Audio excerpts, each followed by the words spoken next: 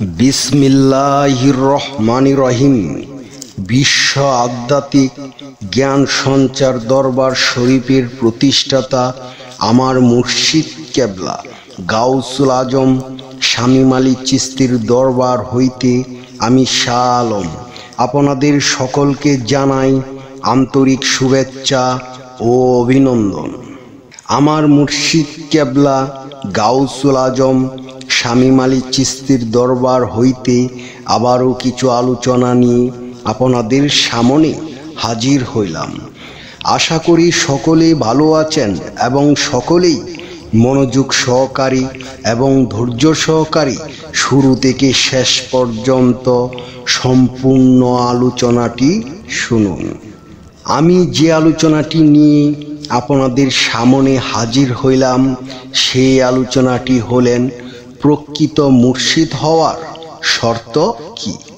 এই নিয়ে কিছু তত্ত্ব আলোচনা করিব, তাই সকলেই মনোযোগ সহকারী এবং ধৈর্য সহকারী শুরু থেকে শেষ পর্যন্ত সম্পূর্ণ আলোচনাটি শুনুন।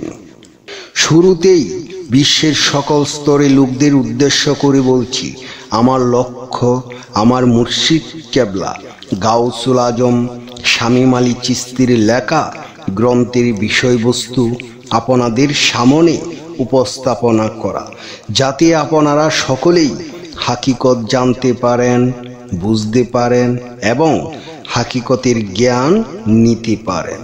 আমি যে আলোচনাটি নিয়ে আপনাদের সামনে হাজির হইলাম, এই আলোচনাটি আপনাদের জন্য অনেক গুরুত্বপূর্ণ।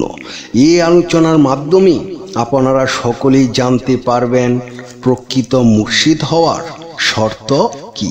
তাই সকলেই মনোযোগ সহকারী এবং ধৈর্য সহকারী শুরু থেকে শেষ পর্যন্ত সম্পূর্ণ আলোচনাটি শুনুন।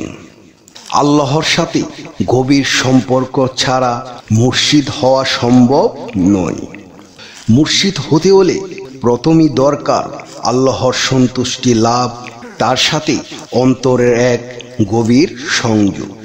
তিনি অন্যকে কিভাবে সেই পথে পরিচালিত করবেন। বাহ্যিক তপস্যা নয়, অভ্যন্তরীণ জাগরণই মূল। অনেকে বাহ্যিক ত্যাগ স্বীকার করে আত্মতৃপ্ত হন, কিন্তু হৃদয়ের অন্ধকার দূর না হলে সেই ত্যাগ কোনো কাজে আসে না। প্রকৃত মুর্শিদের অন্তর চোখ খুলে যায়, তারা ভিতর থেকে আলোকিত হন। মুর্শিদ হতে হলে পরিপূর্ণ আধ্যাত্মিক শুদ্ধি প্রয়োজন। রুহু, কালব, নফস এই তিনটি জগতে উন্নতি ছাড়া মুর্শিদ হওয়া যায় না। শুধুমাত্র দেহ সংযম এই গভীর জগতের রহস্য পৌঁছাতে সাহায্য করে না। সঠিক সিলসিলা ও অনুমতি খেলাফত। একজন প্রকৃত মুর্শিদ অবশ্যই কোনো স্বীকৃত তরিকতের ধারক বা বাহক হন। তার উস্তাদ বা আগের মুর্শিদ তাকে খেলাফত বা অনুমোদন দিয়ে থাকেন, যা আধ্যাত্মিক দায়িত্ব পালনের অনুমতি দেয়। আচার আচরণের পবিত্রতা, জ্ঞানের অনেক গভীরতা। মুর্শিদ কেবল নফস দমনকারী নন, তিনি শরীয়তের অনুসারী, জ্ঞানী, দয়ালু, বিনয়ী ও শুদ্ধ চরিত্রের অধিকারী। তার জীবনে আল্লাহর দীপ্ত প্রতিফলিত হয়। যদি কেউ নিজেকে শুধুমাত্র যৌন সংযম বা কিছু অলৌকিক শক্তির কারণে পীর বা মুর্শিদ দাবি করে, কিন্তু তার জীবন, হৃদয় ও ভাষায় আল্লাহর নূরের ছাপ না থাকে, তবে সে সত্যিকারের পথ প্রদর্শক নয়। আধ্যাত্মিক পথের নেতৃত্ব কেবল বাহ্যিক তপস্যার উপর দাঁড়ায় না, এটি এক গভীর আলোকিত ধারাবাহিক আত্মচর্চার ফল, যার শিকড় আল্লাহর প্রেম, নবীজির অনুসরণ এবং সঠিক গাইডলাইনে প্রতিষ্ঠিত হয়। যে নিজের পথের আলো পায়নি, সে আর কাউকে পথ দেখাতে পারে না।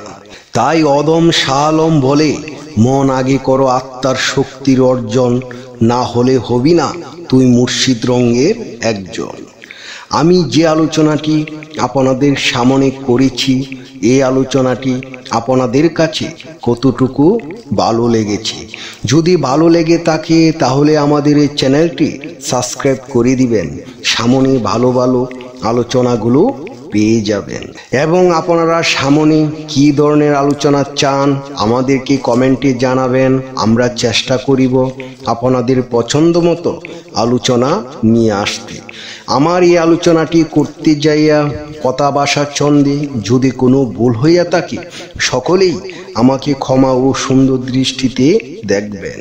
সকলেই আমার জন্য দোয়া করিবেন, আমি যেন আপনাদের সামনে ভালো ভালো আলোচনাগুলো নিয়ে আসতে পারি এবং শোনাইতে পারি। সর্বশেষে সকলের চরণে হাত রেখে একটি কথা বলতে চাই, আল্লাহ গোপনেরও গোপন।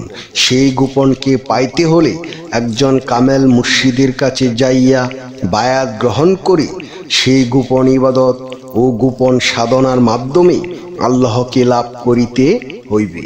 সকলে ভালো থাকবেন, সুস্থ থাকবেন। আল্লাহ হাফেজ।